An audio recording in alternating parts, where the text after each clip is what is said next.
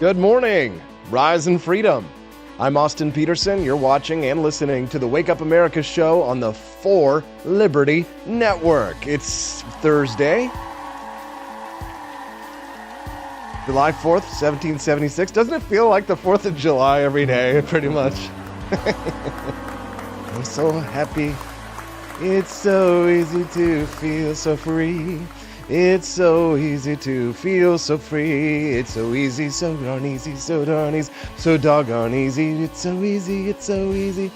A little early for the Buddy Holly? I think so. Buddy Holly. Ooh, I look just like Buddy Holly when I was 45 pounds lighter. I don't care what the Democrats say about us anyway. They don't care about us. Wham, bam, knock on the floor. Axios, and I'm reading more. What's your matter, what's your matter, what's your matter, Dems? What's the matter, Dem? You're feeling blue. Whoa, whoa, whoa. I'm reading these stories with liberal tears. They're crying.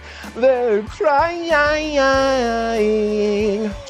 Ooh, Matt Gaetz, Attorney General.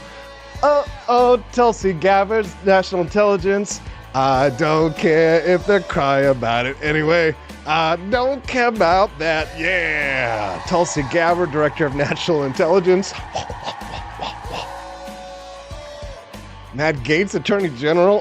Oopsie. A lot of people are going to be in big trouble.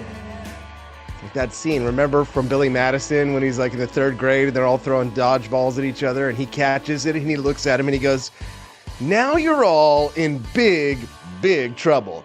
Yeah. And he starts attacking them, you know what I mean? God, I love that. Love it. That's what we're seeing right now. I don't know whether to read the articles that are talking about how great everything's going, or I guess, I don't know, should I read to you the articles from the liberals where we're basking in their tears? God! No, God, please, no! But I guess they're both good things, aren't they? Democratic colleagues of Rep. Matt Gaetz and former Tulsi Gabbard were left in disbelief on Wednesday when President-elect Trump nominated both for high-ranking administration roles. This is Axios. Why it matters. This is like an establishment blog. Why it matters. Democrats see a series of increasingly inflammatory and controversial picks coming from the president. Yeah. You see Joe Biden yesterday sitting down with Donald Trump? He's all smiles. Oh, I got the pictures for you. Oh, we got so much good stuff for you. I got John Miltimore because we didn't have him on Monday. He was doing something with the kids. That's allowed.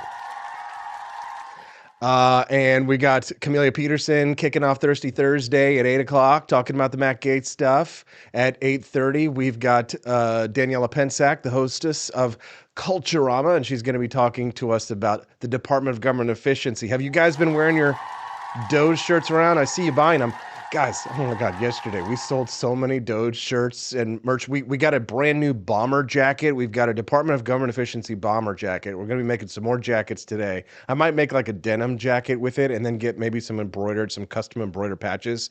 Things have been a little crazy. I know there's no bonus content. You guys want that. Somebody actually messaged me that they were like, "Oh, thanks for talking about the Department of Interior or the issues of land management on your bonus content. And we don't have any today, but please do donate because you want to support the show, to support liberty." There's too many big things happening, and I'm training up a new employee on the side.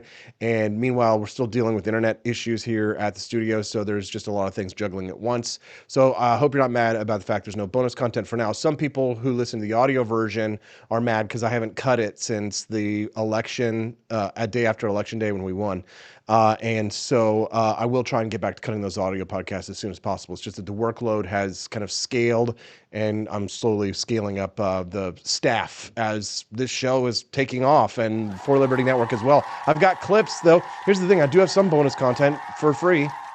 I've got great clips, some of the best of Liberty Tonight, another show on the For Liberty Network, and I've got some great content from Daniela from her show Culturama. So I'll be playing that for you guys today, give you a little sneak preview of all of the good work that they've been doing. Sound good? Great, good. Trying to keep you happy. I work hard. I work so hard for that money. Trying to make you, that'll make you holla. Trump is back. We can, by the way, since Donald Trump is president of the United States, we can make racialized jokes, not racist jokes. I don't think you can go and say the N-word in public yet, but it's coming. Whitey White over in the chat, but not yet, not quite there.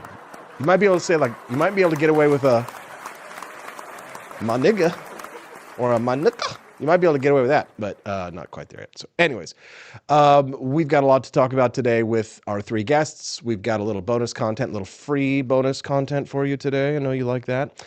The Department of Government Efficiency shirts and mugs, I mean, they're flying off of the shelves. It's just, yesterday was insane. People want Doge merch. And you already heard me talk with Camellia about it. Right now, Elon's kind of putting out some mid logos. And again, I don't want to outshine the king, laws of power and dynamics and all that. But I do hope that I get to do, if anything, I'll take ambassador to Argentina, Picture this next year. If you name me ambassador to Argentina, in 6 weeks, I will speak Spanish with a crisp Argentine accent. Not only that, I will have in another 12 weeks a free trade agreement between our two nations that will grow both our countries' industries, building a hemispheric common market and co-prosperity sphere the world has never seen between the United States and Argentina. So if failing that, if I don't get named to the ambassador of Argentina post, I'll be glad to just do a little bit of logo work and merch design for Doge. Don't you want to see Donald Trump get rid of capital gains taxes on crypto? Oh my God. Everybody panic. Don't panic. Everybody stay calm. Oh my God. Yeah, I kid you not. Rumor is that Donald Trump is considering no capital gains taxes on cryptocurrencies. Do you realize what this kind of stuff is going to do to the economy? You're going to take nitroglycerin and dump it into an active volcano. It's like taking 250 nitroglycerin trucks and driving them down through the plant. You couldn't hear a dump truck driving through a nitroglycerin plant. Is Rusty still in the Navy? Holiday season's here, folks. Time to start watching the holiday movies. So if he's serious about something like that, and you own Bitcoin right now, and I know Camellia has, because she was doing those buys where she was doing like the monthly buy or something like that. Just it's not zero-based budgeting, but it's something cost averaging, where you just do a weekly buy. She's been buying Bitcoin, and she checked it out yesterday. It's looking pretty good. I don't know what's happening with Bitcoin right now. I don't know what the markets look like. There's the Bitcoin podcast that probably is number one over on X right now, but that is very exciting.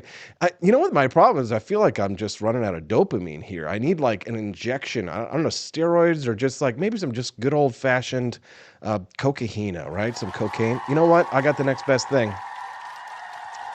Founding Flavors Coffee. It's delicious. Electrify your senses with Franklin's Electric Elixir, a medium roast embodying the spark of freedom with its rich hazelnut and caramel notes. A haven of warmth in winter's cold. Get yourself a box of Founding Flavors, people. Dollar cost averaging. Thank you, Dad Bod Baboon. It's a little early this morning. L Dubs. What's up, Latrell? Floby Tenderson. Bucks Nasty, bro. You are so generous, and I appreciate you, brother. Eric Wilson live, and Mongoose 87, Robbie Theraman, Richard Bell, my old friend, John Rail in Kansas City, in Jam 77, and Amy J. E's. Amy J. Ass. She's got a real J. Ass. GS. J. Ease. We're glad to have everybody joining us here live on the chat. Thank you for doing that. You can also send me a text at 573-319-1586. Again, the text lines are open, and you can send me a text anytime, night or day, 573-319-1586. Yeah, one listener texted in and said, "Greetings from the last frontier. I'm glad that you did bonus content on the natural resource rights we are denied here. though we have them. So important people understand. Second, not sure if intentional or not, but I haven't been getting Apple Podcast notifications for AP for Liberty the last week. I know you're sad. Sorry about that. And maybe you're not even hearing my voice. I'm going to try and cut the show afterwards, but I'm on Scott Fon. I'm on a show immediately after this show. So it's just show by show by show. And then I got to get back to the employee. There's just a lot going on.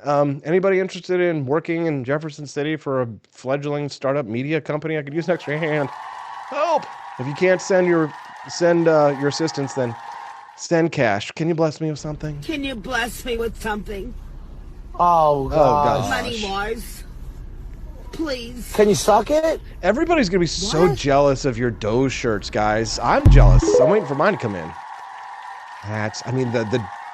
The logos are awesome. I'm making these awesome like space Shiba Inus for marketing of the Doge products that we're making, and they're gonna make great Christmas gifts. If you've got a Trump lover or an Elon Musk fan in your life, and you get them a Department of Government Efficiency shirt or mug for Christmas, I mean, and not a lot of people are gonna have these, but they are starting to fly off the shelves, so it's possible you could run into somebody with it. Some lady yesterday bought like 10 at a time. I was just like, damn.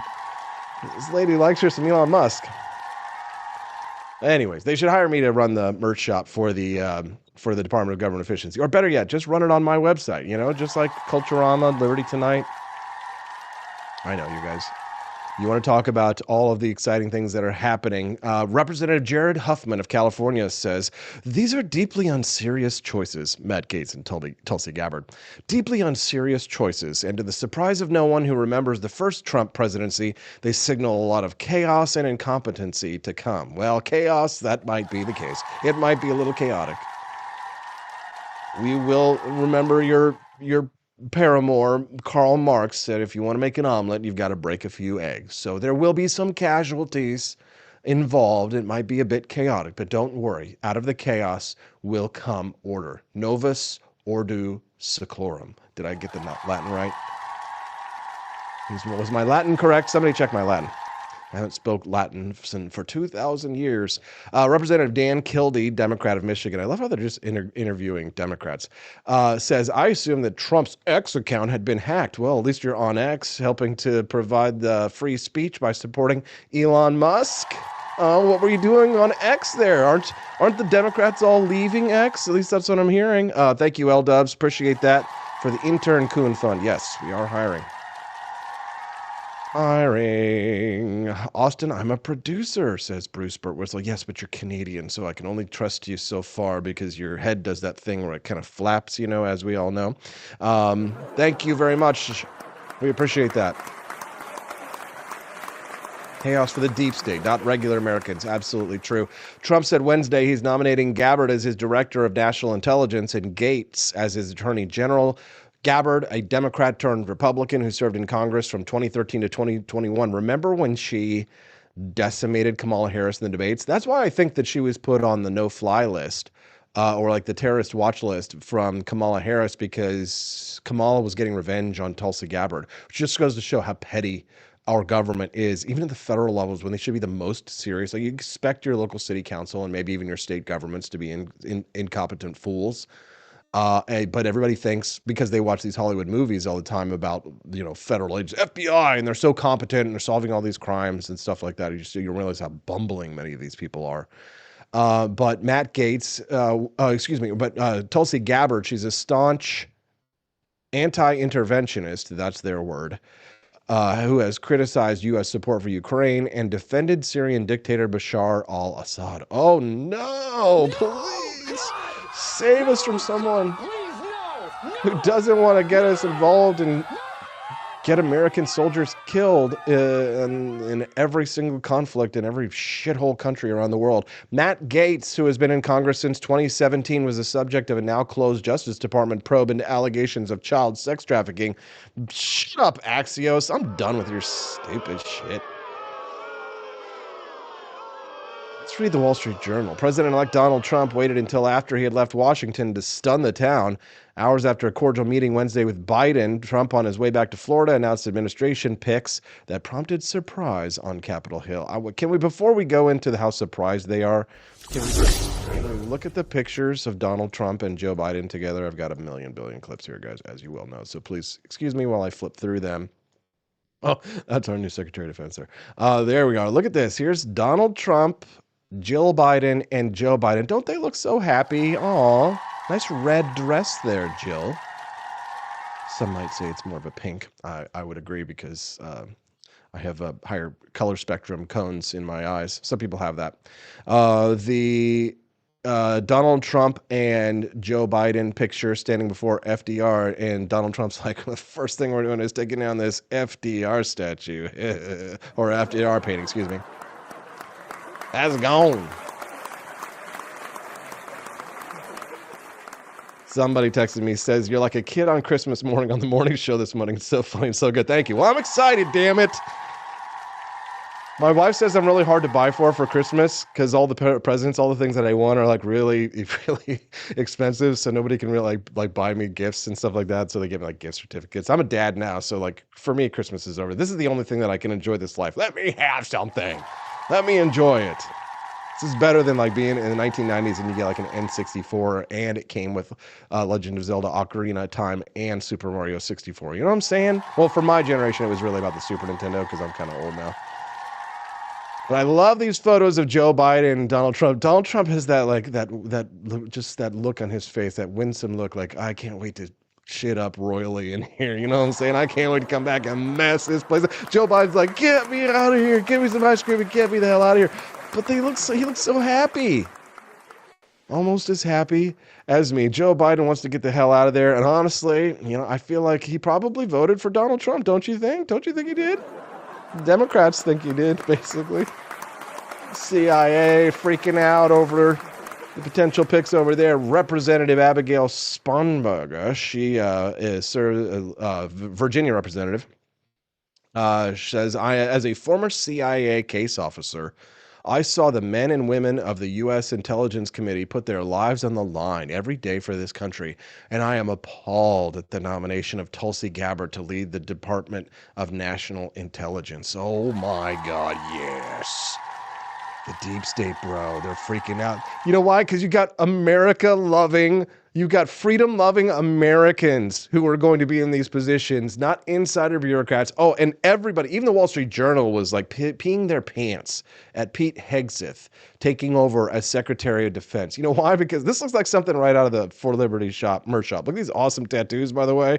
This is the guy that you want to be Secretary of Defense. Brexited before it was cool. I got to have that. Brad Beckman, if you're listening to the show this morning, give me a Brexited before it was cool.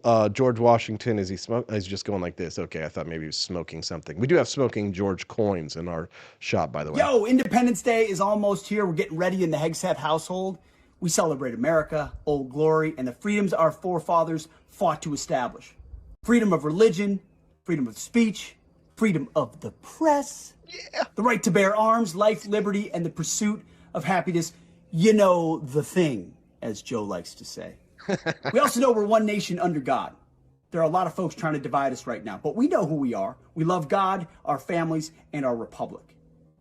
Your support of veteran-owned, American-made, anti-woke companies like Palmetto State Armory, Caliber Coffee, For Right Liberty to Bear Shop, Self-Defense, and AAC Ammunition. and ForLibertyShop.com. We vote with our feet and our dollars. That's right. To stay free. At To that ForLibertyShop.com. end, AAC just rolled out a new line of AK-47 ammo. That's right. Because Hey, now Russian I need to ammo wait a is minute. not Hold on banned. here. I'm not going to let you read your ad there, Pete Hegseth. You got to pay me. Oh, the liberal tears, the Guardian, which is this it's hard to explain what the Guardian is. It is like the shill job. It is the con job. It's a group of very, very wealthy, elite millionaires and billionaires, mostly British, but internationally. It's a newspaper written exclusively and funded exclusively by a very tiny group of people. Almost no one reads the Guardian. The circulation is almost none. But like these elites and like the people who benefit from them, and then freaks like me who like to watch what the freaks are posting. But the Guardian no longer posting on X. Oh no. Oh, what will we do? How dare you? Please, no. Oh, what will we do without the Guardian? I could do a whole 2 hours on just like the background of the Guardian. I'm laughing at this. We really could have had the most fun president ever. What was that? time. It's gonna take you high. Oh, hi.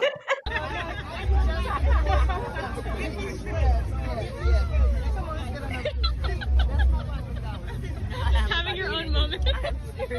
She's the lady that comes to the party and like, yeah, she didn't pay. She just got in for free and ate for free because like she's famous and like no, she's like nobody expects her to pay, but it's like she's just there, but like nobody really wanted to see her. Hey, here's our new Attorney General. Is it safe to say that based off of your comments, you're suggesting that these women at these abortion rallies are ugly and overweight? Yes. What do you say to people who think that those comments are offensive? Be offended. Yeah, what is going on? What is going on? Democrats to Matt Gaetz. Do not come. Do not come. Matt Gaetz. I'm gonna come.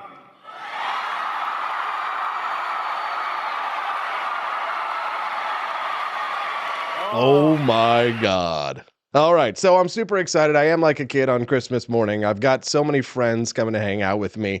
It's like we have this wonderful network of people who are part of the Wake Up America show tradition. We didn't get John Miltimore on Monday because he was busy, but I can't not talk to John Miltimore because he is a freedom-loving American just like you and me. I want to hear what he thinks of Matt Gaetz. I want to hear what he thinks of Tulsi Gabbard. I want to hear what he thinks about the proposal that has been floated for Austin Peterson to be the next ambassador to Argentina.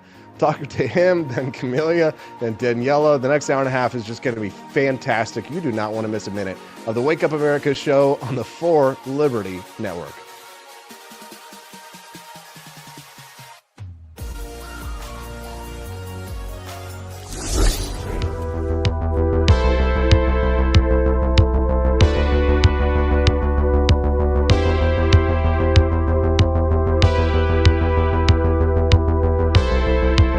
If there wasn't going to be somebody who was a fiery champion of liberty, somebody who would get out there and who would be aggressive, and if they wouldn't do it with more fire or passion than I had, then I would go and I would fight this battle for us.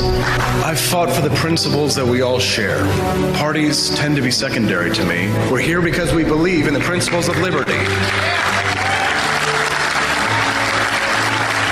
I am not a perfect messenger, but I think I'm a damn good one. This is a replica of our first president's flintlock pistol.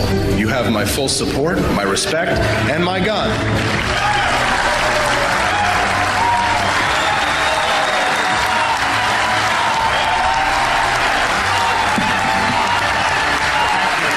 I think that the heart of my philosophy is much more libertarianism than well, that's the fashionable word these days, I guess. A conservative is no longer just that. He's a libertarian and always has been.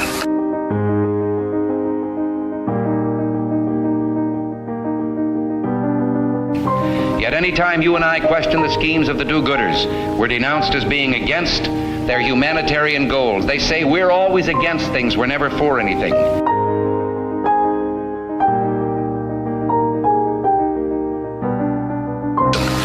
What is fascism? Fascism is private ownership, private enterprise, but total government control and regulation.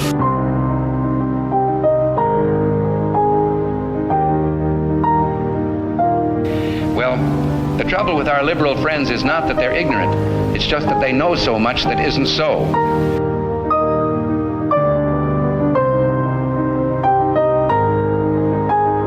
If we lose freedom here, there's no place to escape to. This is the last stand on earth.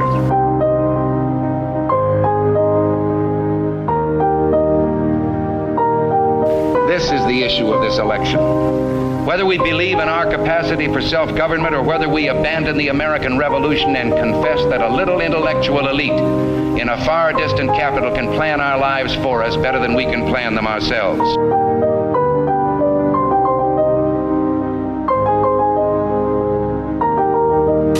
Conservative, so-called, is the one that says less government, get off my back, get out of my pocket, and let me have more control of my own destiny.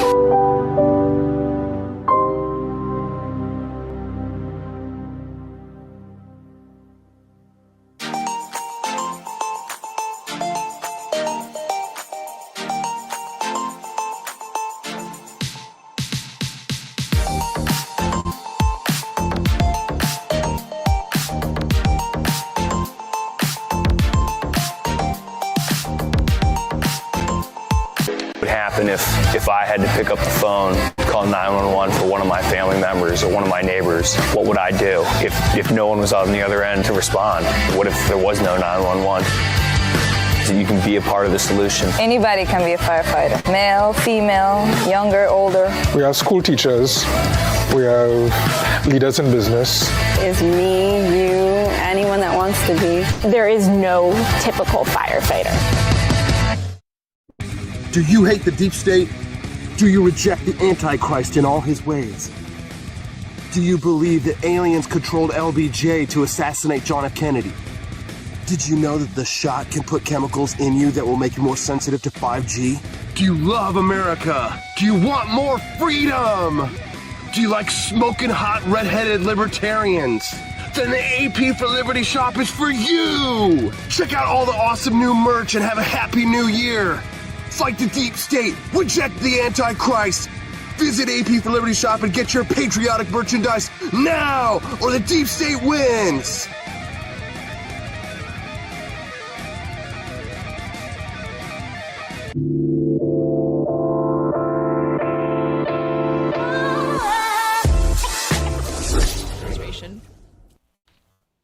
I would kill for that.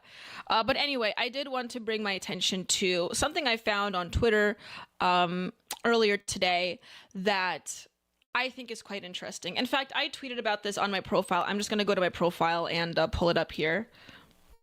But never have we seen... Here we go. Here's a tweet. So... Here we go. So for those that don't know, Lomez, he is this, he's not a burner account anymore, but he's quite, I would say, quite an effective role. He has quite an effective role in the greater right-wing movement in the United States, at least as far as culture is concerned. Some may even say he's a figurehead within the dissident right movement. But he has run and owned a publishing company called Passage Prize Publishing. We've talked about it before. But he has made this tweet telling people to read Mystery Grove's article, another burner account, what comes next. But you have all these burner accounts like Lomez, Mystery Grove, and there are many others that have... Bronze Age Pervert, for those of you that don't know, huge account, has made massive strides in basically shaping right-wing culture in the United States. One may think that these are just subcultures and alternative right-wing cultures that just proliferate and thrive on the internet. And, you know, to a degree, that has been true for quite a number of years.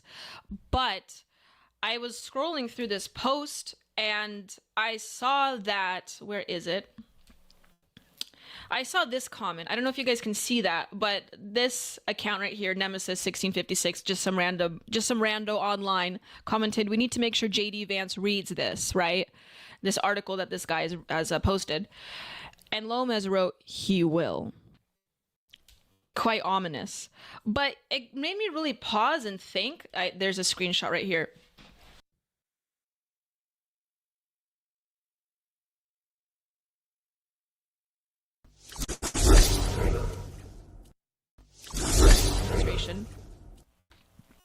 I would kill for that. But anyway, I did want to bring my attention to something I found on Twitter earlier today that I think is quite interesting. In fact, I tweeted about this on my profile. I'm just going to go to my profile and pull it up. Right there is Tulsi Gabbard, the new Director of National Intelligence. So hot. Want to touch the hiney. Ow. Welcome to the Wake Up America show. I'm Austin Peterson. Glad and thankful to have you here.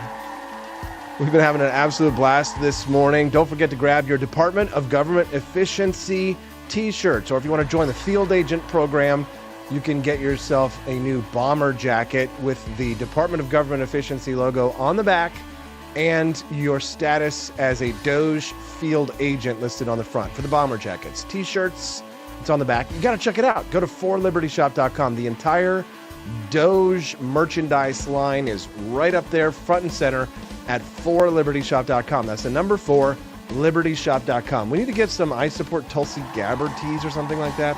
What about Matt Gaetz?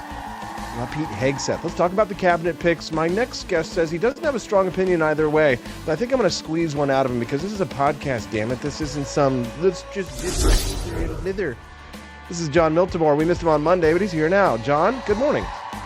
Hey, good morning, AP. Great to be with you. Tulsi Gabbard, hot or not? Hey, Tulsi, I like that pick, and I love the reaction we're seeing. People are freaking out over it. She's one of the ones I'm happy about, and I do have a strong opinion about. She's the person we need in there. You love her. You like her. You think she's gorgeous. I'm a married man. I can't talk about these things, Austin. I am too, but I'm allowed to make jokes like that for the purpose of show business, John. No, of course. No, she's attractive, but more importantly, she's smart. She's going to bring these U.S. intelligence agencies under heel. I do think people don't realize it, or maybe they do. I don't know. This is a fun part. We're picking people for these positions. The state is not going to roll over. The Leviathan is not going to roll over and let itself be picked apart. There's, some of these higher positions, like the CIA stuff, is easier. Like if you talk to people in the know, like the unions, the civil service unions, all these things, these jobs are protected in ways like how there's always, we have lawyers too. There's ways to get around these things, but it's good. It's going to be messy. We are going to probably know in a few months how serious they are about making. The one problem with DOGE, the government efficiency, you can't make bureaucracy efficient. Now, I know they're using that kind of a euphemism, but I think there's going to be a lot more cutting than efficiency. Or that's at least what I hope. You're saying you can't make government more efficient, as in it is an impossible task.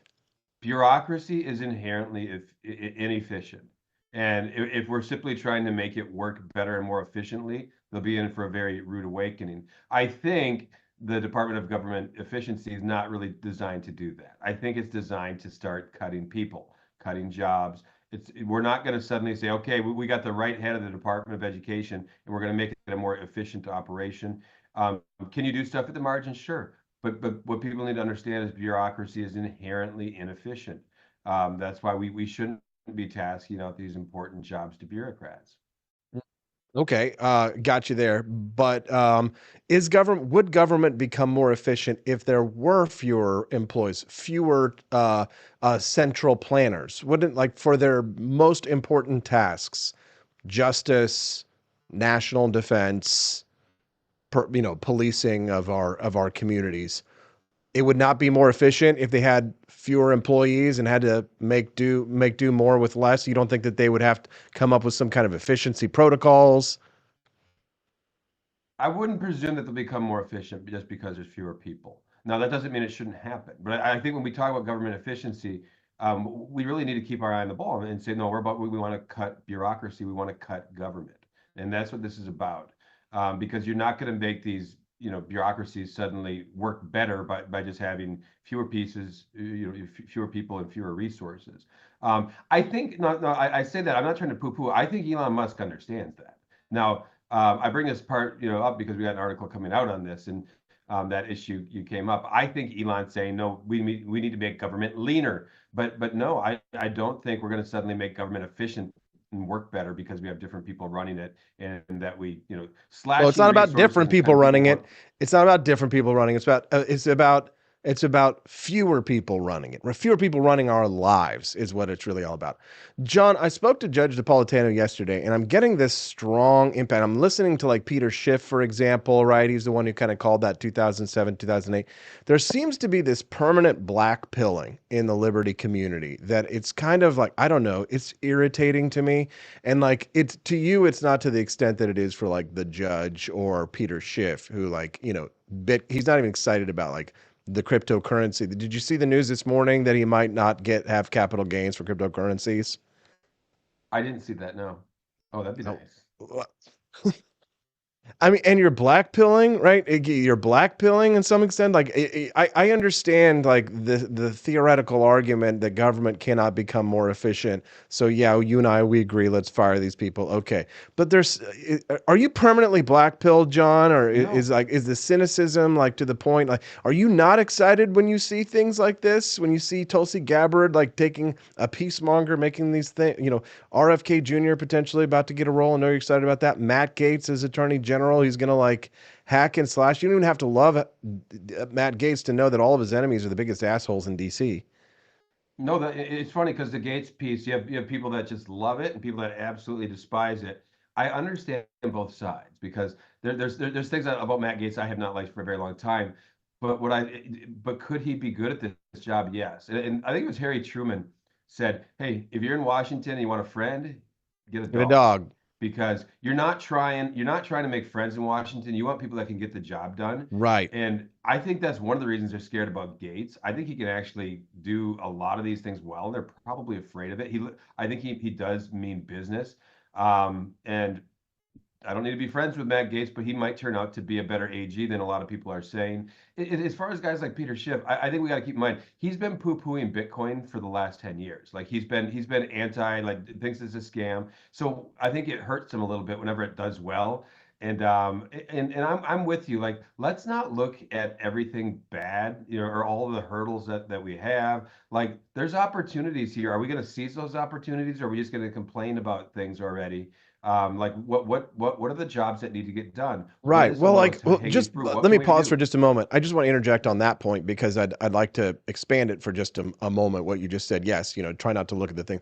There's this scarcity mindset, I think. I've been doing a lot of like motivational and like, books on tape and stuff in the morning as I'm driving to work to try and find the flaws in my strategy to try and improve. There's no improvement without self-improvement. So I've been seeking ways to improve myself. And as I'm sort of looking around at the liberty movement, and I can see the dead leaves. I can see the dead branches that are kind of still there, that are hanging there. And it's kind of like they're stuck in the old ways. They're not adopting new skills. They're not advancing. They're still kind of just repeating the same old tired lines from 10 years ago, 15 years ago, 20 years ago, maybe hoping things will change. They're not changing themselves. And there's just not a lot of self-reflection, I feel like, here, because things are very different now than they were in the past. It's not the George W. Bush Republican Party anymore.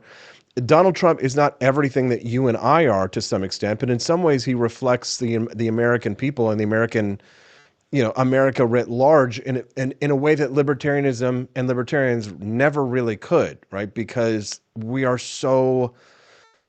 It's hard for us to look outside of our bubble, but we're nerds, man. We're nerds, and like we're theoreticians and things like that. And without some people to put things in practice, if you've got people like Peter Schiff doomsaying not just Bitcoin, but like the possibility of reform, and like I get it. Somebody's got to like leaven the bread and say, hey, like look out in a certain way. But like it kind of feels like in some ways that like libertarians are like roadblocking the path to success, rather than.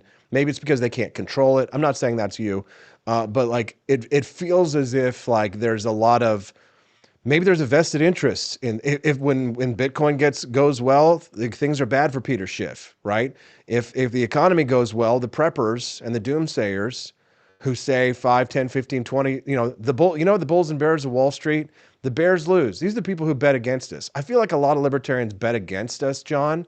And now their bets just got turned up and they're real sour about it because some of us bet on America and we bet on Trump and we won. Is that a fair or unfair analysis? I think you're spot on. I think and there is a divide. We see a lot of libertarians that are happy that we're going to see government reduced. Hopefully we're going to. Now, we have been through this a number of times. So I'm not saying some skepticism isn't warranted, but I think you're right. I think there's people like that were the whole time just kind of either above it or saying it's not going to happen, and then when they see something like what happened on Election Tuesday, they see everybody excited about it. They're just their first reflex is to push back and be like, not going to happen. You guys are stupid. You're not seeing everything that can like all the roadblocks. But you're right, that mindset starts to be not just destructive to the person, but as a group, then everybody adopts that mindset. I have to ask you, have you read a Barry Brownstein at all by chance? Do you know him?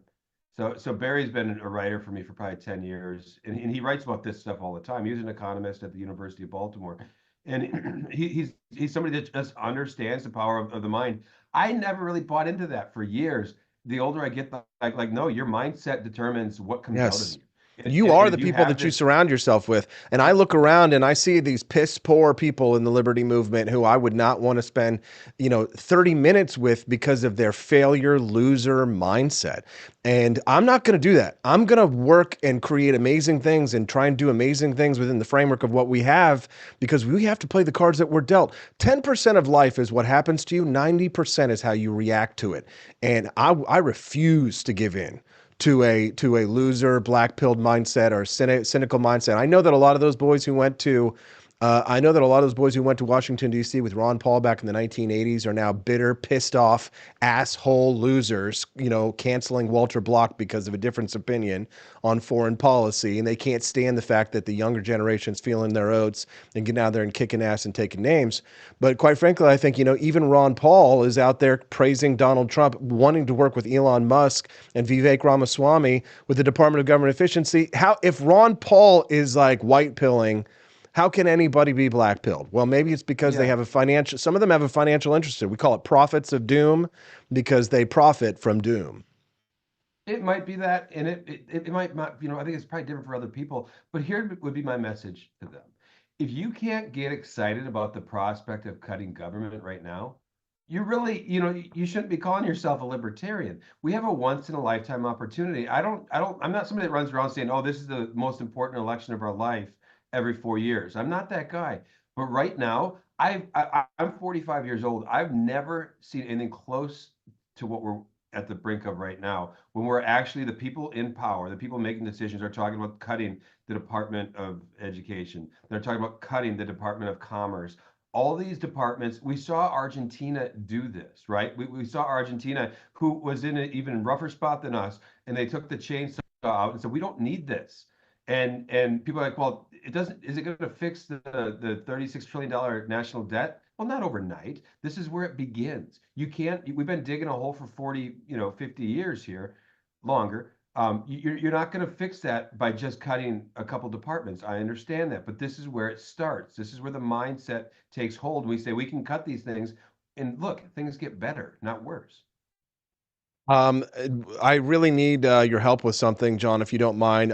Somebody has advanced my name for the ambassador to Argentina to work out a trade deal with Javier Milei. I'm wondering if I can get a second, if you would write a recommendation for that. I would nominate you in a heartbeat. I have to learn Spanish. If you're just tuning in to the Wake Up America show, good morning. I'm Austin Peterson. I'm your host. I'm glad and thankful to have you here. Hope you'll click the like button on the feed. I'm speaking to John Miltimore. We typically do Mondays with Miltimore, but we missed him this Monday, and we're glad that we were able to get him on here. I've got about 10 minutes until I got to get Camellia on, so about 4 or 5 minutes left with you and I, John. So I wonder, where do you think we should focus next? I mean, we've talked about government efficiency, Tulsi Gabbard, a little bit of Matt Gaetz, a little bit where the liberty movement is going. Immigration, you want to go down that? You want to make everybody hate you? Not really. No, immigration's one of those. Hey, this is something. If I got to push back on an idea, I think this idea that we're going to deport, 11 million people. Yeah, it feels good to say it though, right? Mass Yeah. deportation is going to happen. Yeah, I think we really need to be careful about this. Like when we're talking about using the immense power of government, and we're going to just start rounding up millions of people. Like, have people thought about this? How are you going to cut government? But then you know what it's going to require to move 12 million people? Well, they'll cut it from one area and then they'll move it over to the enforcement area. But I mean, a lot of them are going to self-deport because they're going to be creating a lot of negative incentives for people to be here illegally moving here.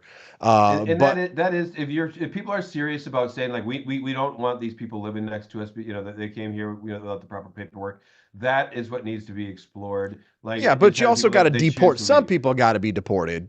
Some people got to be deported. Violent gang, people with criminal records, drug dealers, and malcontents, miscreants. Anybody commits, even if you commit so much as a larceny, if you're caught stealing as so much as a stick of gum and you're an illegal alien, gone. And I don't want to minimize this issue because I think people are right to be freaked out a little bit when you see apartment complexes being taken over by I forget, were they Venezuelans that had just gangs and stuff. Mm-hmm. that's terrifying. Like imagine, like it's easy for me to sit in my private home and I'm in my studio and saying, oh, people need to be more welcoming of immigrants. I'm not living in an apartment that's being, overtaken by people that are just fleeing their own country. Or maybe not even fleeing, maybe they just see opportunity, right? We saw some of the same things with the squatters in New York. There's some serious issues going on here. We need to examine this. But I'm pumping the brakes like on deportation. I think when even libertarians Democrats, like the mayor of New York City, Eric Adams, is like begging for the Trump administration to come in so that he can get a hand because he can't enforce law and order in his city, in his district that he's elected to govern there in New York City. He can't govern effectively because the population changes are so brisk, and that he can't enforce his laws appropriately, the laws that are appropriately passed by the legislature that he's tasked to enforce. So I think there does need to be something done here in immigration. We need to fix the legal system, but we also do need to be much more strict about who comes here, because if we're not strict about who comes here, then the important safety protocols that are necessary to protect American national security are not being followed. And every white paper that I've read, I actually do read the white papers, John, that institutions like yours put out. Every white paper that I've read that is a pro-open borders, libertarian immigration paper always makes exceptions to their rules. When even the most pro-open borders, Shikadalmia from Reason Magazine, what does open borders mean? Like, there always are important caveats to it, right? Because with liberty comes responsibility. And people who do not want to come to the United States and accept they want to come to the United States, but they don't want to accept the responsibility of self-government, and they don't want to accept our Constitution. And I would say even tangentially, it shouldn't be a law, but I think culturally they should absolutely be pressured to accept the language and to speak the language and to use a common language. We should culturally pressure that, right? And if they don't want to abide by the laws of the land, get out, right? And if you're a liberal and you hate the United States because you think it's like, I was reading Eva Longoria from the Desperate Housewives this morning, was like, I'm leaving the United States because it's a dystopia. I'm sorry, but if this is your idea of dystopia, get the fuck out. Good, leave.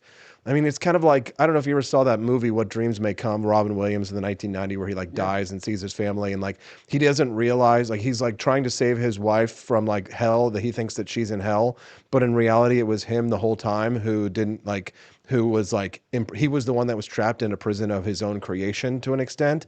And there's certainly a lot of that, the left, the people who lost this election, they're in a prison of their own mind. In some ways, we should kind of pity them, even people like Joy Reid and Joy Behar and Whoopi Goldberg and all these psychopaths. Many of them are prisoners in their own mind. A lot of libertarians are prisoners in their own mind. I made the same point with all those TikTokers who, the post-election, are posting these videos of them bawling and screaming and cursing. And I said, I get it. It's okay to laugh at that a little bit. I'm not saying because it's human to be able to laugh. It is funny. But I said, let's not lose sight of this either. This is sad. When you're seeing 20-year-old girls melting down and screaming, they're living a lie. They're living in terror of something. And you're right. It's all self-created. And they can't see how they do live in a place that offers so much.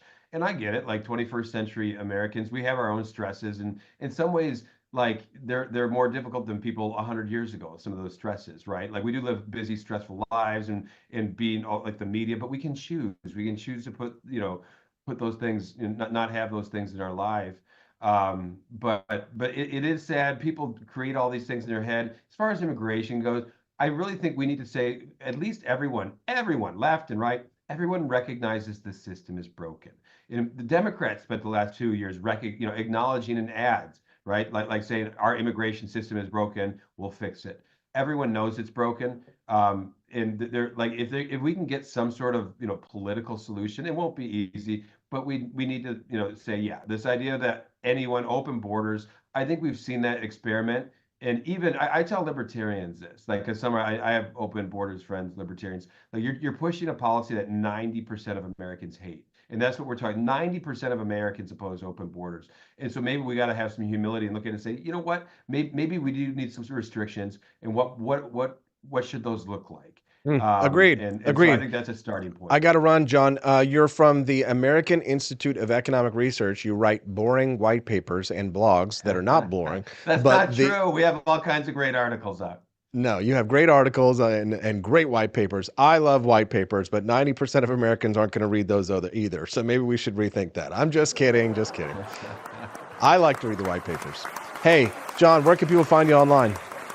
Hey, check out my Substack at The Take. I'm getting up to that 2,000 follower. It's been slow, so anybody who wants to come on and read my stuff, check me out. The Take by John Miltimore on Substack. John Miltimore. Thank you for your time, John. Hey, see ya. You too. Some of these Democratic governors say they're going to stand in the way. They're going to make it hard for us. Well, a suggestion. If you're not going to help us, get the hell out of the way, but we're going to do it. So if we can't get assistance from New York City, and we may have to double the number of agents we send to New York City, because we're going to do the job. We're going to do the job without you or with you. That's the borders are, Tom Homan. Here's Chuck Schumer in a rare call for bipartisanship. Now let me turn to my colleagues on the other side of the aisle.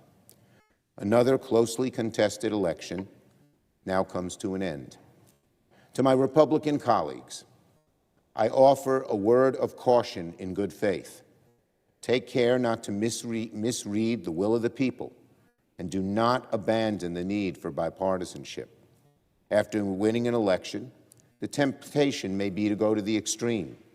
We've seen that happen over the decades, and it's consistently backfired on the party in power. So instead of going to the extremes, I remind my colleagues that this body is most effective when it's bipartisan. If we want in the next 4 years the Senate to be as productive as the last 4, the only way that will happen is through bipartisanship. Oh, Chucky boy. I'm sorry, but we're all out of bipartisanship. All right, Liberty Tonight. It happens tonight, right after Culturama. I've got a nice little sneak preview for you before I go get Camellia. Enjoy the Liberty Tonight boys with a little bit of the best of before you get to watch them again live tonight at rumble.com/Liberty Tonight. Tonight. It's tonight. Such a tonight.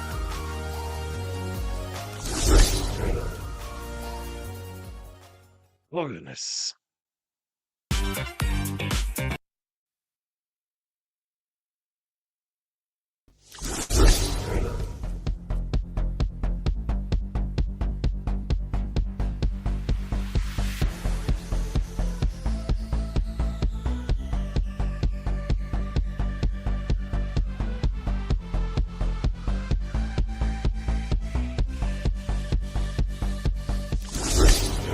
By high prices and big government? Don't be a ghost of your former self this Halloween. We've got shirts that'll keep the ghouls and the government off your back. Inflation's scarier than any haunted house, but hey, why not turn it into a costume? Or how about our spooky government shirt? Guaranteed to spook anyone who's afraid of too much power. But if you're feeling real edgy, nothing says Halloween like our Michael Myers No Lives Matter shirt. Cause when it comes to big government, we all get slashed. At 4libertyshop.com, we believe in freedom, not fear. So grab your libertarian Halloween gear before the government takes an extra bite out of your wallet. Or your candy. 4libertyshop.com. Let's make Halloween tax-free.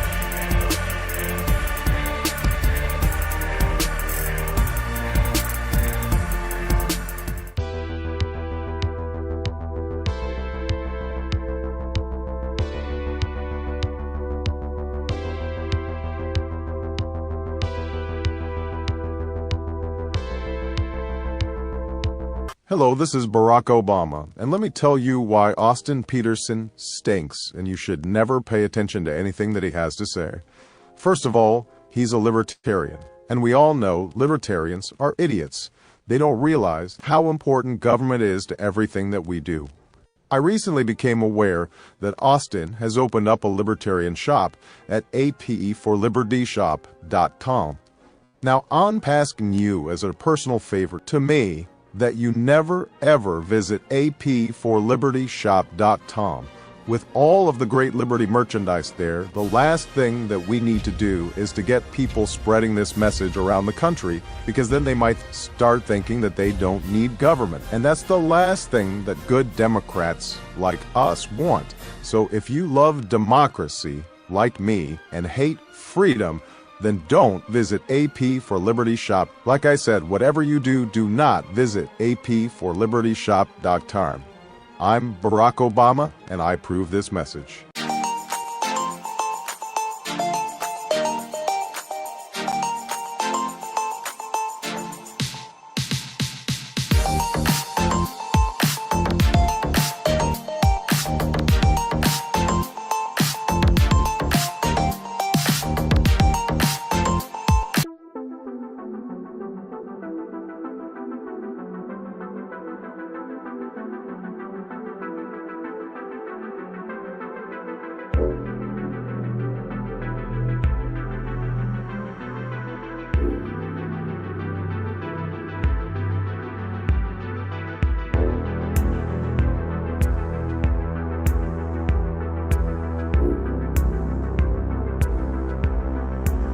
I would remind you that extremism in the defense of liberty is no vice. It is better to settle these matters in the courts than on the streets, and new laws are needed at every level. But law alone cannot make men see right.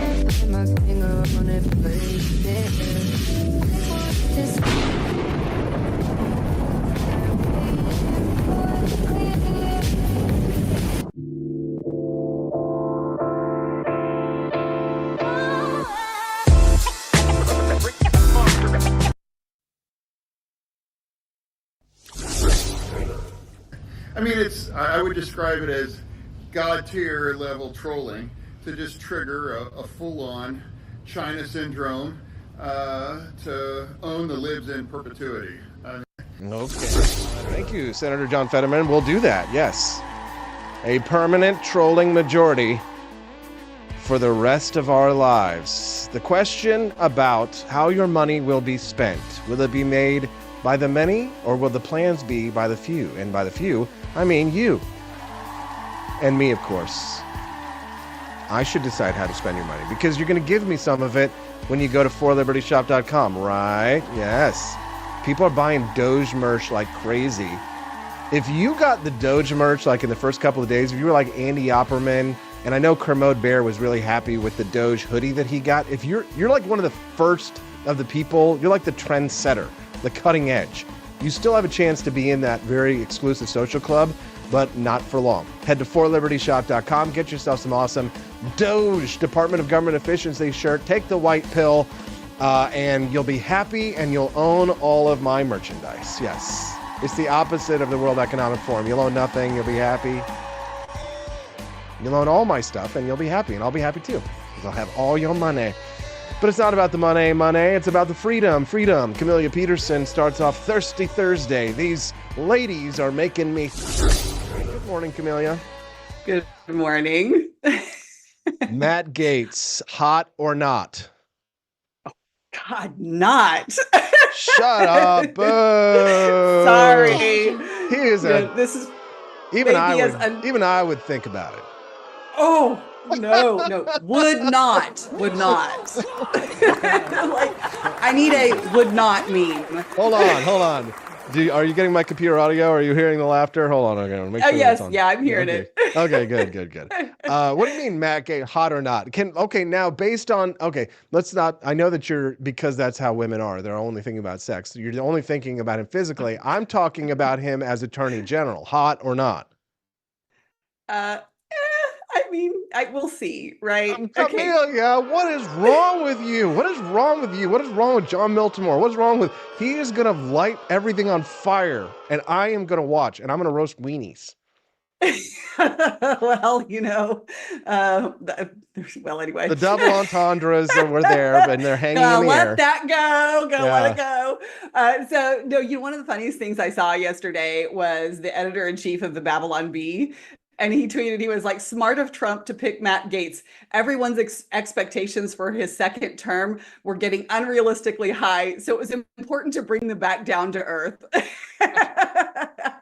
It is funny though, like to watch, both sides interpret the strategy behind the Gaetz pick, right? Like, the left is like, oh, it's like now the left is saying it's 4D chess and that there's like this agreement and arrangement for because there's, the ethics commission report coming out. And so this was the deal that Gaetz struck with Trump in order to kind of let him go out, with, some semblance of his reputation. And anyway, and on the other side, they're like, oh, this is a show of confidence that Gaetz has already resigned his House position, that he's definitely got it. I mean, the problem is it leaves his House position open for 2 months. And so I don't know. Whoa, 2 whole months, right? To get to be Attorney General of the United States. Do you know anybody that was wrongfully convicted on January 6th? Not personally, but I've seen many, many horrific examples. I do. Yeah. I know people who were victims of the federal government who are waiting around for a pardon, whose lives have been made miserable, Camellia. And one of them called me yesterday and was thrilled because the pain of having to call, this is an innocent person. He would never harm a hair on another person's head. Okay. Sure. No crime. And for which he has to call his parole officer. If I want to see him, he has to call the parole officer because of the fact that the government convicted him, even though he had done nothing wrong, nothing that you and I haven't done on a visit to the Capitol, right? And so the nomination of Attorney General Matt Gaetz, it's kind of almost almost as profound for him as the freeing of Ross Ulbricht is for libertarians. It's no small thing for Donald Trump to have done that because of what it means to a lot of people, Camellia. Can you agree or admit that? So, I mean, here's the thing that I don't know. I don't know why or how Matt Gaetz is more qualified per se than any other person, right? Is there somebody else who would have the same effect and who would do the same thing? I don't know. So this is something I've been thinking about a lot because this thing that you don't know all of the nuance and the details of something. And when we send our elected representatives to represent us, there's a certain amount of trust that goes into that, right? And we all, when they're not doing what we think that we want, we're all like, listen to the will of the people. This is a democracy, right? So, but then, I guess my views on this have grown somewhat too, just because of my experience in state government and kind of seeing behind the curtain and knowing that the knowledge that, I have, not everybody else has, and they don't know all the background to it. So I am willing to apply that as well to this pick with Matt Gaetz and others and let it play out. I personally have a beef with Matt Gaetz because he publicly supported Valentina Gomez in Missouri and I'm sorry, but that's disgusting. I just saw a tweet in my timeline here. Brandon Herrera, the AK guy, says, wow, all of America's worst senators oppose Matt Gaetz. Telling, every time I turn on the TV or C-SPAN or I'm watching a clip of Matt Gaetz, he's ripping into somebody that I hate. And so it's hard for me to dislike the guy for whatever reason.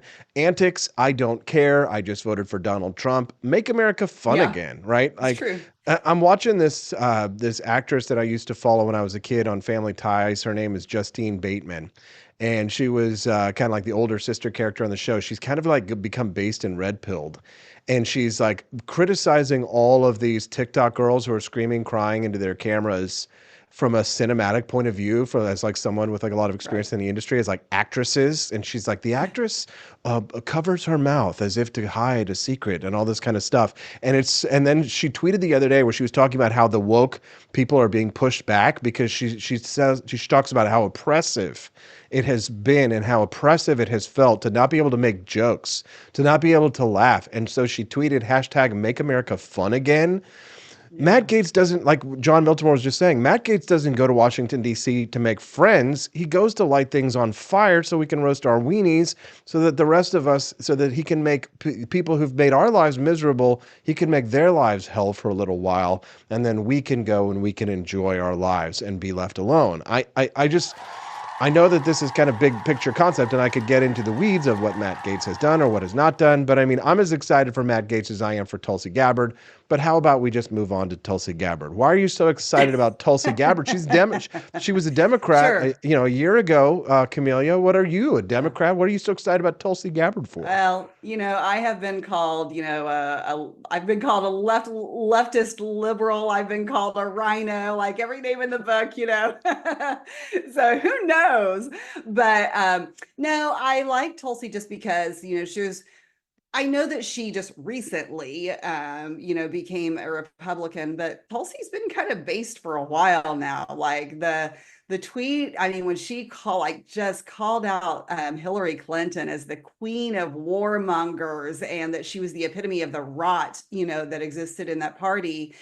And so, she's been, she hasn't been hesitant to do that. I will say, though, that she does that. She manages to do that at the same time staying very classy, which I really appreciate. I think we should be able to do that. Like, she is like, when I think of people who are really, as far as women who are out there kind of, the equivalent to Matt Gaetz or whatever, you think Marjorie Taylor Greene, right?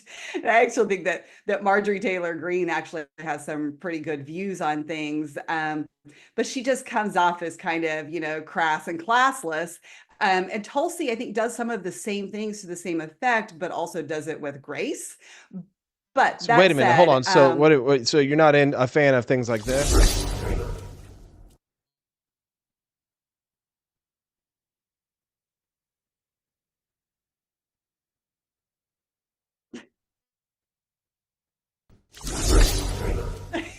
Okay. Like, there's a part of me that also loves that.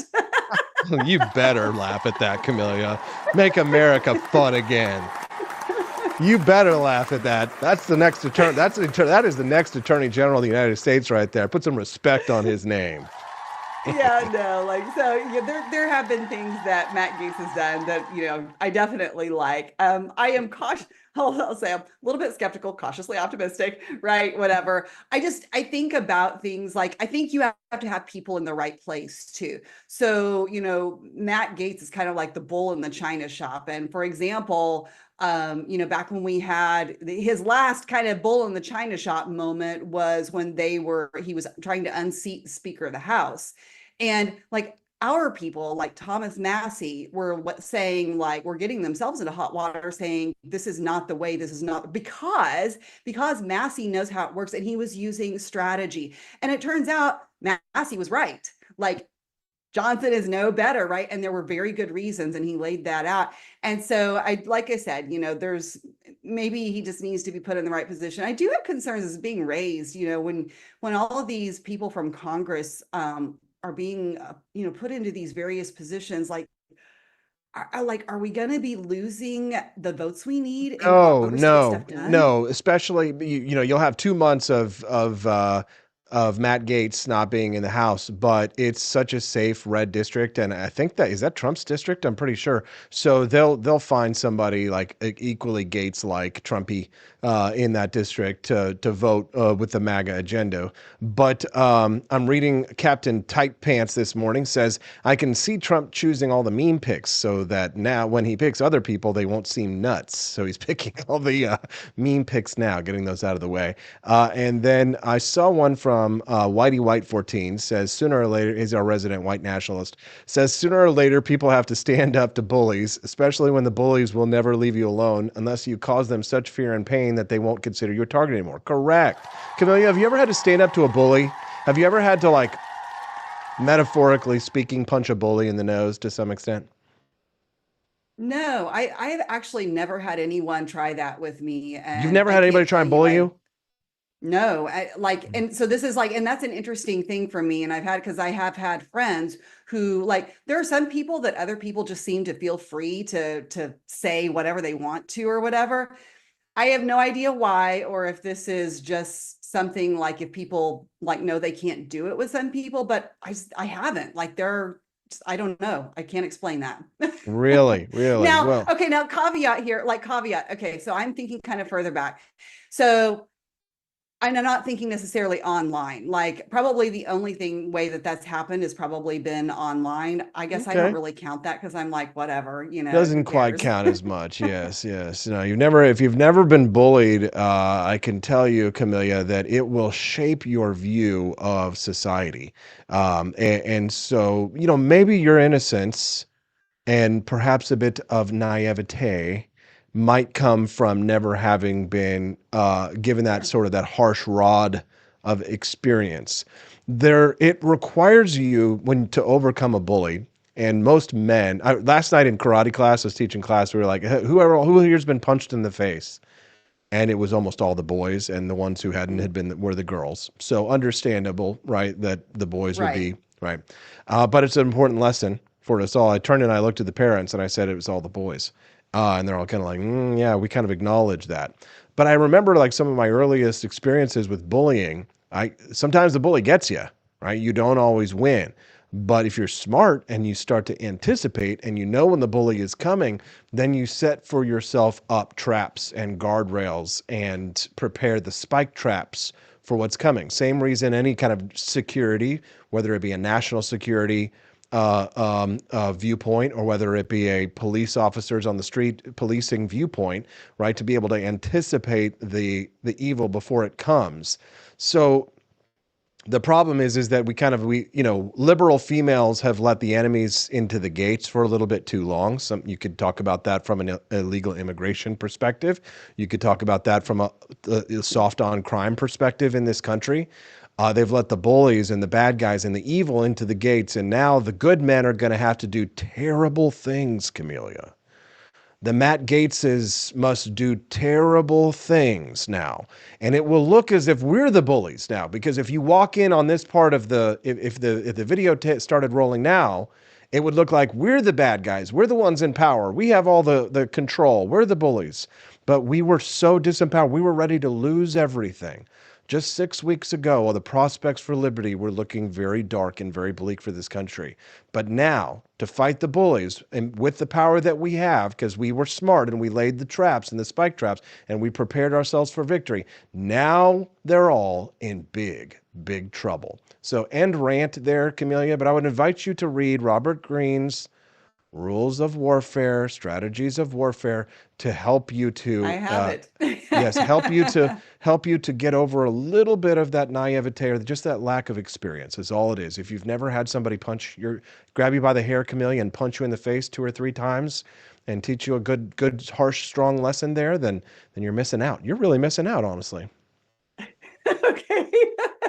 Well, so here's something that I've noticed. And when you talk about kind of your principles living in the real world and adjusting your strategies and your tactics, this is something when I think about people like Justin Amash and Thomas Massey and Rand Paul, and there has been kind of an evolution, like when you watch how someone like Thomas Massey, who I don't think anybody would disagree that he's been, one of the most, if not the most principled people in Congress, right? So, however, he has seemed to kind of evolved in how he approaches from a tactical point of view, which is interesting to me. And you shouldn't ever trust anybody carte blanche, but there are some people that just from the quality of their character that you kind of know what to expect, and if they're doing something that it's well thought out, and they are going whatever. It's not. It comes from a good place, right? So that is a lesson to take to heart, I think, in a lot of ways. And you're right. It's something that I have had to evolve on. But, it takes both, right? We still need that balance. And I think we also have seen this in Trump's approach to his campaign this time and the coalition that came together, especially in the last month or so. And it's interesting to me to see how, at the state level, where people like, especially like in Missouri, was such a very I don't know how much Trump won by in the state, but like in the county where I live and probably in the county where you live, like Trump won by an enormous margin, right? There was never any doubt Missouri was going to go for Trump. But, Trump really accomplished his win by building that coalition of people who were not all perfectly aligned, but they had strengths in different areas. And there's a little bit of a dichotomy at the state level with Trump supporters, because there's still at the state level this kind of purist approach. And you have organizations like the Freedom Caucus who are not using like the coalition come together side of things, but they're really going in and looking to create more of division. So it'll be interesting to see kind of how that influence from the national level plays out at the state level. But 4D chess, whatever you want to call it, like I think that it was a great thing. And there are probably good reasons, because I think that he does have some good people advising him. So I am trusting for now that there are good reasons behind some of these picks. And yeah, we'll see what happens. All right. Camelia, I'd like you to listen to this next clip and react. Okay.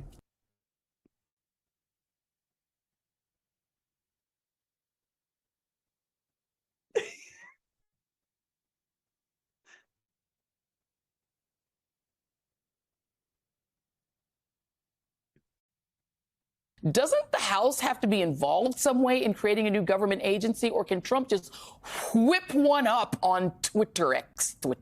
No, Joy, that's right. I think Donald Trump's just handing out candy right now to his friends and family. Congress is required to establish federal departments to define the jurisdiction, to decide how it's appointed. Presidents can certainly appoint aides and non-congressional positions, but there will not be a Department of Government Efficiency without Congress, which actually raises the question, does Congress now just rubber stamp that in one of its next appropriations bill? And here's what it's going to be. This is your Project 2025 department. Yes. The Department of Government Efficiency by Ramaswamy and Elon. That's your Project 2025 department. Correct. Without the bad impressions that Heritage created during the campaign trail. Your reaction. Wait, whose voice do we get to hear for the next 4 years or whatever? Vivek Ramaswamy's. That's fine. Yes, we like it. It's fine either, like if it's him or Elon, like I'm good with that. Like what's wrong with that? Absolutely. They've got to come up with something here, right? And the funny thing is all these people freaking out about Elon and the red pilling of Elon really have not been listening to him. Like Elon is still very kind of centrist in a lot of ways and on a lot of topics. In fact, I saw somebody who was more on the left side of things the other day who loathed Trump, like doesn't like him at all. But he really, really, really likes Elon Musk because of the things that he's done. It was Richard Dawkins. It was Richard Dawkins. Yes, yeah, the evolutionary biologist was saying that he was calling Trump all these evil names, and he's saying, but like Elon Musk is an actual philanthropist who wants to like make the world a better place, and he wishes him well. I was kind of like, damn, okay. That was interesting. Right. So like he was willing to like grant some grace there because of Elon's influence, which, I think that's a good thing. But I do think that when you yes, we know it's not an official department. We've talked about that. That's probably a very good thing in the end. But yeah, it is funny to watch the freak out, because I mean, when you talk about Heritage and Project 2025, whatever, like that's anybody who's listened to Elon at all knows that he's not even close to being aligned on most of that. Yeah, I'm reading this as actually trending on X.com right now. Donald Trump posted, Elon Musk is a great guy loaded with personality and brain power. He's definitely a high IQ person, which is the reason his really strong endorsement meant so much to me and to MAGA. He's at a beautiful Mar-a-Lago concert right now. The crowd absolutely loves him. Thank you, Elon, for the great job you did helping us win the most consequential election in 129 years. Especially your hard work in the great Commonwealth of Pennsylvania. It will never be forgotten. Make America great again. So he seems to be giving Elon Musk a lot of the credit for his win. Would you agree? Well, Yeah, I think that's a good question. Like, would he have won without Elon? I don't know. And I don't know. Like, I don't know that he would have. So yeah, good. Like he should be giving him tons of credit. And I think that like he has no choice but to do that, because for as big, like it was going to take someone who, for as big a figure as Trump is, Elon's bigger. Like there is someone that Trump can work with who outshines Trump, because Elon 100%, is just a larger than life figure than Trump will ever be. I'm reading right now, thanks to ChatGPT for being able to help me get this on the fly. But I was curious why he was talking about the election 129 years ago, the most important election of 129 years. And Trump has mentioned this president before, which I found very curious. The election 129 years ago was William McKinley in 1896, where William McKinley defeated William Jennings Bryan. Now, this is very interesting because William Jennings Bryan was like a big Democrat populist, big Christian. He was the one who was the lawyer in the case from the movie and the play Inherit the Wind, where H.L. Mencken went to go to the Scopes monkey trial and covered the Scopes monkey trial. The Scopes monkey trial was presided over. The prosecuting attorney for that was William Jennings Bryan, who actually died right after that verdict. And William Jennings Bryan was the Democratic Party's candidate. I think he ran like 3 times. But in 1896, William McKinley defeated him. And Donald Trump has talked about William McKinley recently when he was talking. He did some interview. I think it was Joe Rogan, I think. And he brought up the William McKinley one. But he brought it up because he liked McKinley because of McKinley's long explanations for why he was in favor of tariffs. But yes, it was a big thing. He was a strong advocate for protective tariffs, and William Jennings Bryan were more supportive of tariff reductions. And then there was an economic depression. There was gold standard versus free silver debates, and the urban versus rural divide. I think I'm going to go read some 1893 presidential history after this is over, Camelia, but it is almost over. I got to run. What do you want to say? No, I was just going to say, for all of Trump's rambling and whatever, he really kind of like it goes down a lot of rabbit trails, like when he does an interview like Rogan. He is well versed on a very wide range of things. I don't think that anybody can deny that. So, clearly he knows his history, and that's impressive. Would not pretend right, for sure. Like I could not pull half the stuff. Well, this is written. This is written in his voice. Maybe he dictated it, but like the whole 129 years ago presidential thing means that he's thinking and acting as a historic figure. I grow more impressed by Donald Trump every day, Camelia. Yeah. No, I'm still optimistic about what's to come. And so it is if nothing else entertaining still. There we go. Very entertaining. Camelia Peterson, so are you. Thanks for being with us on a very, very thirsty Thursday. We'll see you again next week. Have a great day, everyone. Bye. Hands dirty. Elon Musk and Vivek are running the Department of Government Efficiency. They're calling it Doge, and they'll have plenty to do. Starting with the pork. The Fed spent $500,000 on a study to see if selfies make you happy. $1 million went to study if Japanese quail were more frisky if you gave them cocaine. The Fed spent $20,000 on drag shows in Ecuador. $80,000 in Ghana asking taxi drivers if climate change makes it harder for them to drive. And $500,000 was spent so Fauci could create transgender monkeys. But it's not just waste. There's 3 million federal employees, and a lot of them don't even do much more than collect a paycheck. Most government workers in D.C. are still working from home. COVID's been over for 3 years. But worst of all, $500 billion a year stolen by fraudsters. We lose $500 billion of your money to fraud each year. We're getting ripped off like a Walgreens in San Francisco. We're getting ripped off like a Walgreens in San Francisco. Thank you very much, Jesse. We appreciate that. We're going to talk to Daniela Pensack about that when we get back. Don't go away. Go to forlibertyshop.com on the Wake Up America show on the For Liberty Network.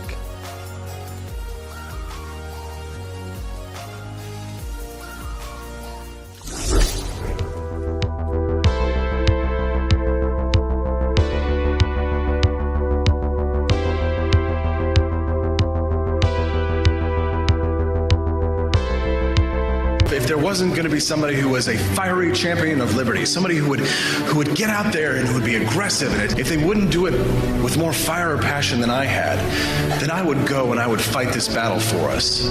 I've fought for the principles that we all share. Parties tend to be secondary to me. We're here because we believe in the principles of liberty. I am not a perfect messenger, but I think I'm a damn good one. This is a replica of our first president's flintlock pistol. You have my full support, my respect, and my gun.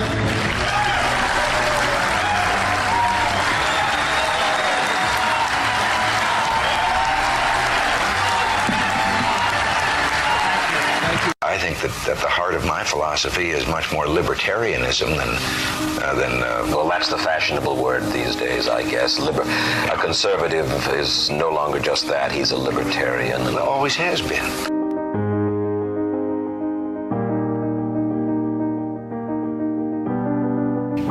Yet any time you and I question the schemes of the do-gooders, we're denounced as being against their humanitarian goals. They say we're always against things, we're never for anything.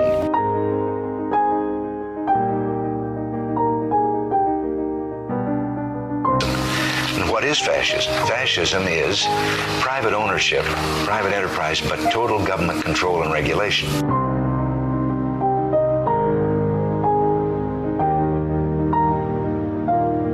Well, the trouble with our liberal friends is not that they're ignorant. It's just that they know so much that isn't so.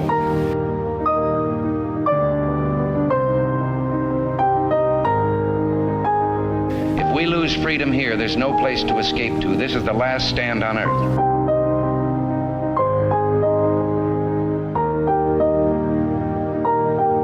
This is the issue of this election. Whether we believe in our capacity for self-government or whether we abandon the American Revolution and confess that a little intellectual elite in a far distant capital can plan our lives for us better than we can plan them ourselves.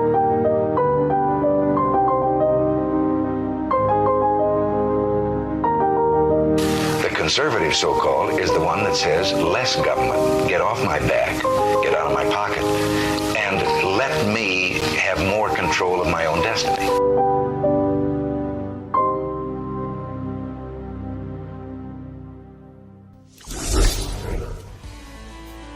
Good morning, Rise and Freedom.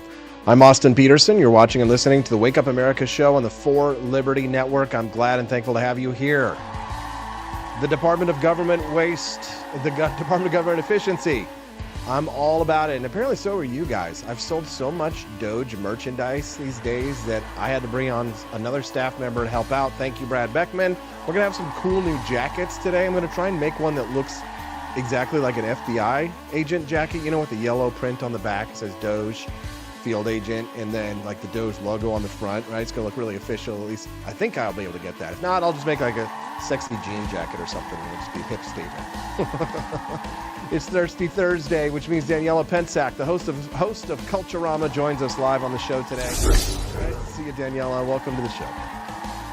Thank you for having me, Austin. I love joining every morning. And I got to say, having the Doge merchandise on your website was very timely. I don't know how you did it, or you can see into the future, or you have like insiders that helped you with that information, but I can see why they're selling it. It was like perfect timing. Yeah, no, thank you. I appreciate that. Actually, it was all just like a gamble. So like the couple of days before the election, people were like, oh, Doge, if they win, they're going to have that. And I was like, oh, okay, let me just make a cool logo on the off chance that he might win and then might actually do it. And so it's kind of like, yeah, the last couple of days have been very exciting over there, but we got to get you some Doge merchandise and Culturama. I think we've got a couple of awesome Culturama Doge products as well. We can talk about those later, but let's talk about why Doge even exists in the first place. Vivek Ramaswamy, Elon Musk, heading up an outside agency. Why do we need to create an outside agency to cut government spending? What is this? What are they planning to do? What's their mandate? Fill us in. Yeah, of course. And the necessity of Doge, I think, is quite obvious. And those that are watching the show right now would agree, is that the government just basically steals our money and burns it on various projects that really have little to no meaning. I've seen some people try to defend the previous projects that the government is spending on, saying that's necessary, like some of the ones I'm about to talk about. But I just don't think so. I don't think spending $33 million on maintaining an island full of monkeys, which is what the government has spent, for various experiments on their brain patterns for the monkeys to take drugs and become transgender, I don't think is very necessary. And just the amount of money that has been spent on, it sounds like even torturing animals is ridiculous. They've also spent, the National Institutes of Health also spend, I believe, $500,000 on experimenting on cats and like removing parts of their brains and putting them on treadmills. So very concerning stuff. Like you had that clip previously mentioned that the government also spent over $20,000 to send to Ecuador for transgender, what was it, like drag shows, so they could start a documentary and filming a documentary about the transgender experience and host having drag shows in Ecuador. And I really don't see the necessity of that. And it almost seems like these are very interesting and complex money laundering schemes, because a lot of these things, like the Ecuador situation, it just doesn't sound like it's really necessary at all. And I think that, it's important to expose these stories, and it's important to have transparency on what the government is spending their money on. And for the most part, it is, but people are just unaware, Austin. And I think it's very important that and I know a lot of people laugh at the name of the department, calling it Doge, but in a way, it almost like universalizes it, and it helps people to really look into it and find interest in the topic, regardless of what you think about meme culture. But it does make it more of a commonality for people to at least talk about it, and it's good. And it's good to see that people are at least becoming aware of the amounts of money that's completely being burned, and it has been burned for quite some time now. Yeah, that's interesting. One of the big questions that people are posing is the question of who should write the laws, because Joy Reid over at MSNBC is crying about the fact that it's Congress's job to find these cuts. It's Congressman's job to do this. But they're not doing their job.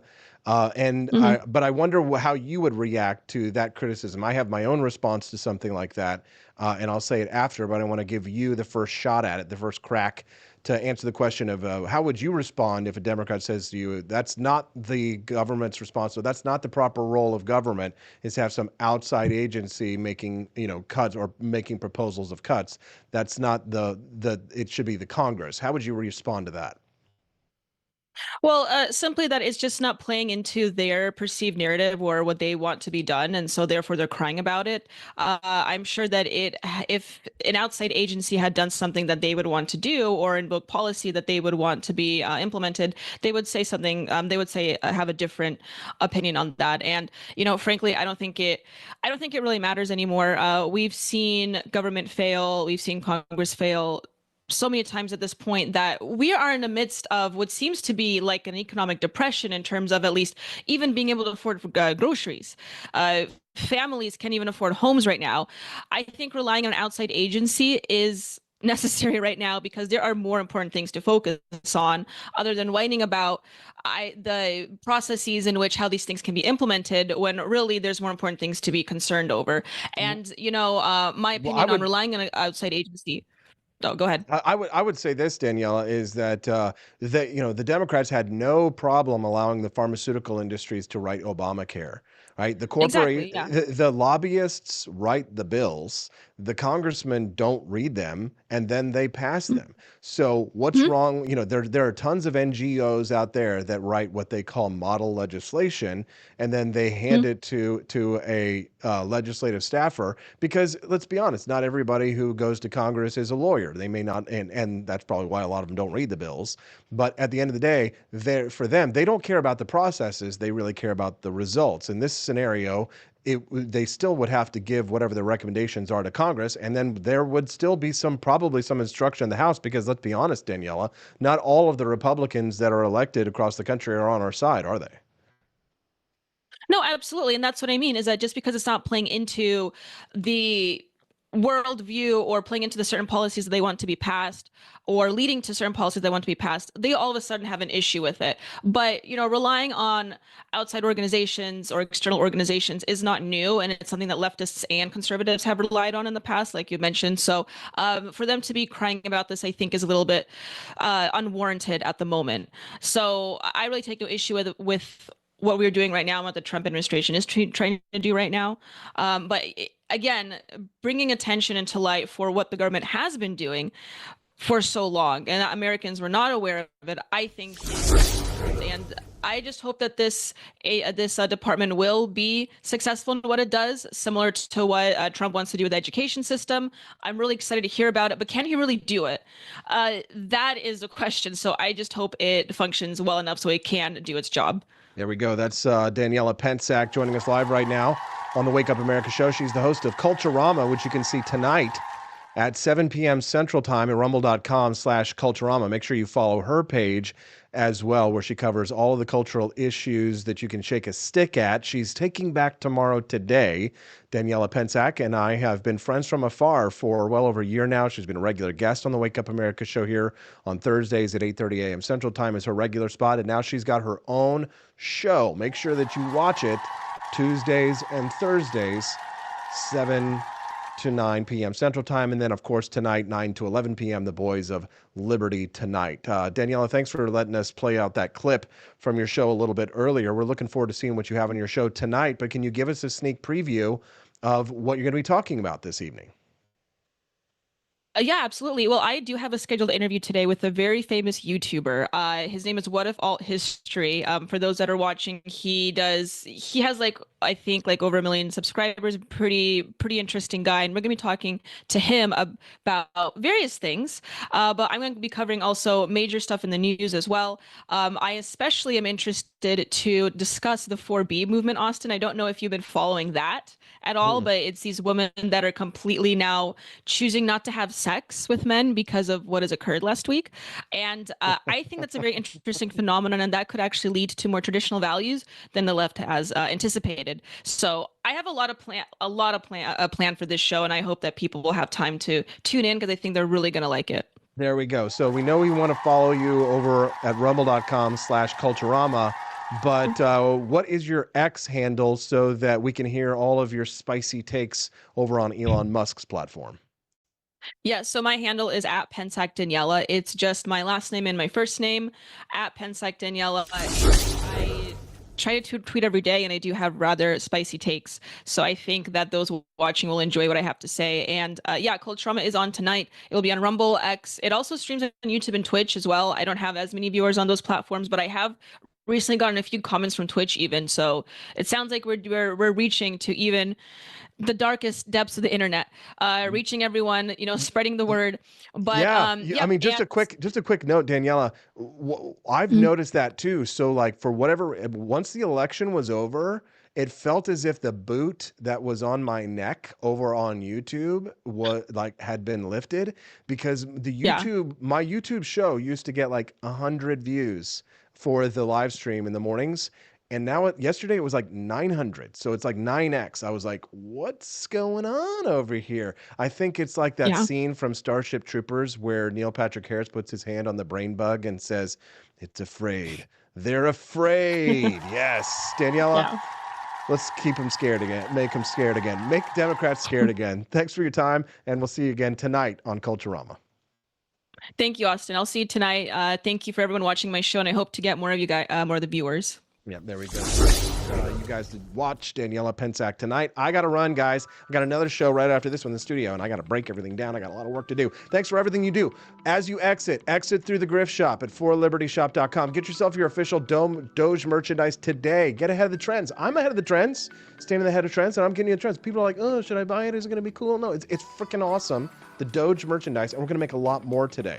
So follow us over at forlibertyshop.com, and what we're going to be making all day today. Brad Beckman's going to be creating some kick-ass merch. I got to go. I got to break it down and do another show. And then I'll be back tomorrow morning for Freedom Family Friday with Baby P for Liberty. If you're lucky. Did y'all knock the bonus content? Well, tomorrow we'll find out on the Wake Up America show on the For Liberty Network. Bye, guys. Thanks for everything.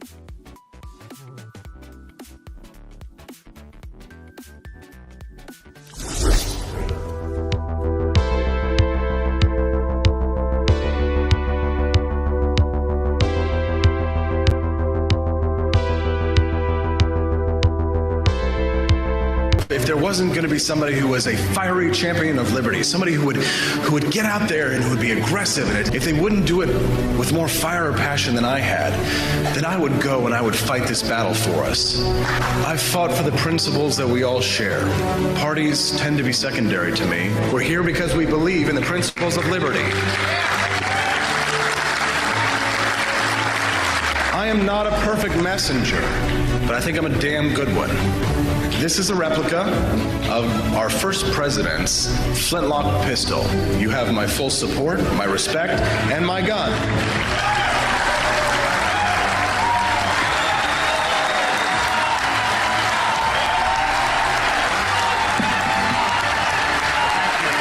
I think that the heart of my philosophy is much more libertarianism than well, that's the fashionable word these days, I guess. A conservative is no longer just that. He's a libertarian and always has been.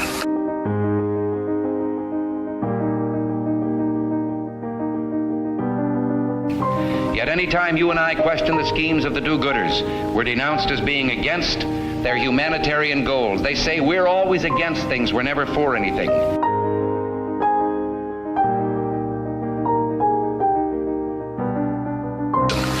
What is fascism? Fascism is private ownership, private enterprise, but total government control and regulation.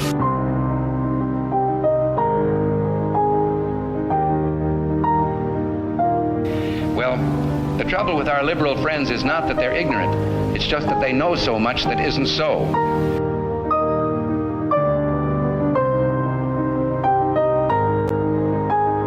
If we lose freedom here, there's no place to escape to. This is the last stand on earth.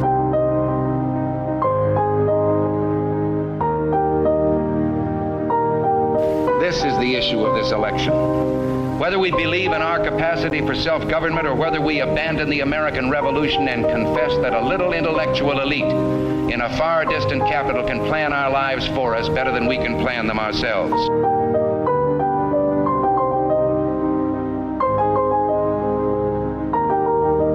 The conservative, so-called, is the one that says less government, get off my back, get out of my pocket, and let me have more control of my own destiny.